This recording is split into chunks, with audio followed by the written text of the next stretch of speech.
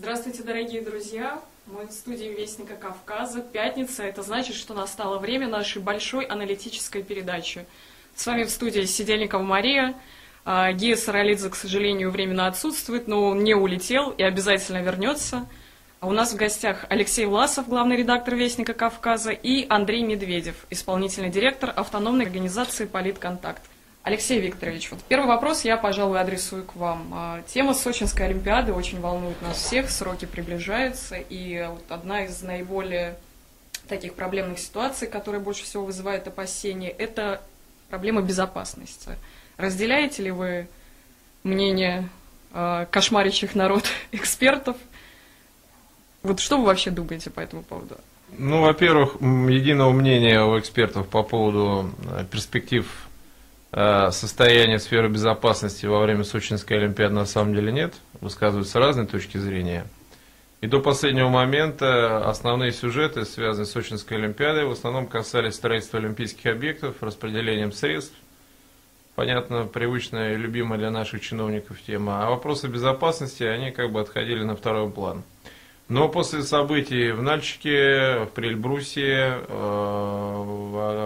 активизации террористических групп в районах, прилегающих к территории проведения Сочинской Олимпиады, скажем так, конечно, эта тема вновь актуализировалась. И сейчас, в общем, на мой взгляд, есть два вопроса, по которым уже необходимо определиться в самое ближайшее время. Первое.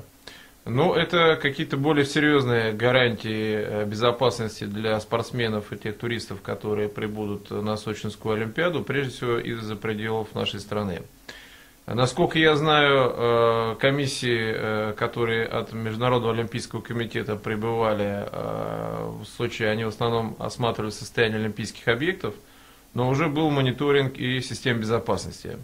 Здесь пока многое, в общем-то, не ясно, но по первому ощущению пока дали карт-бланш на, поскольку определенный срок еще остается, но на то, чтобы создать, используя, конечно, господдержку, самые современные методики, инструменты, механизмы защиты участников Олимпиады, олимпийских объектов от возможных террористических актов. Это все, что касается инфраструктуры безопасности в самом Сочи.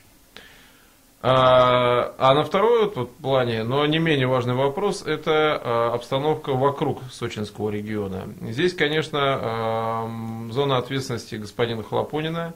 И я думаю, что из федеральных силовиков, но прежде всего с руководства СКФО, в ближайшее время будут спрашивать не только по ситуации в субъектах, то есть в республиках СКФО, и в областях, а прежде всего, что делается для обеспечения периметра безопасности Сочинской Олимпиады.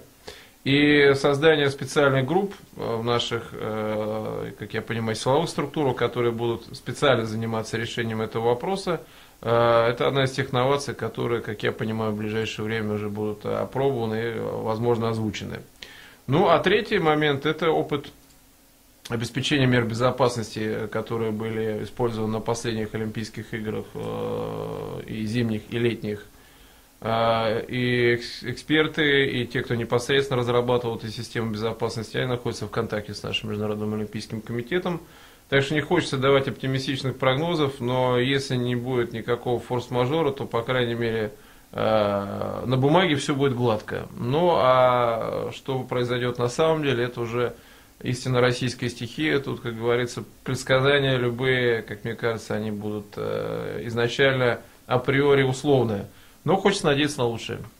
Ну, то есть вы полагаете, что худшего сценария вроде Мюнхенской Олимпиады не повторится? Ну, во-первых, Мюнхенский теракт был осуществлен в тех условиях, когда такого рода террористические риски еще только появились как угроза для мирового сообщества. Напомню вам, что первый случай захвата заложников в самолетах происходил в 1969-1970 годах. До этого таких случаев практически не было. А теракт в Мюнхене 1972 год.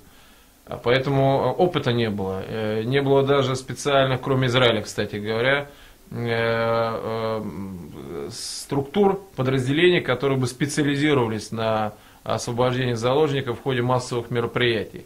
Сейчас, слава Богу, а может быть и, Господи, к несчастью, что накоплен огромный опыт, 38 лет прошло, Ну и хотя мы многое подрастеряли со времен Альфа и Вымпела, все-таки есть надежда на то, что сейчас и профессионализм заметно вырос, ну и самое главное, государство не жалеет средств на то, чтобы поддерживать наши специальные подразделения, работающие на этом направлении в надлежащем состоянии.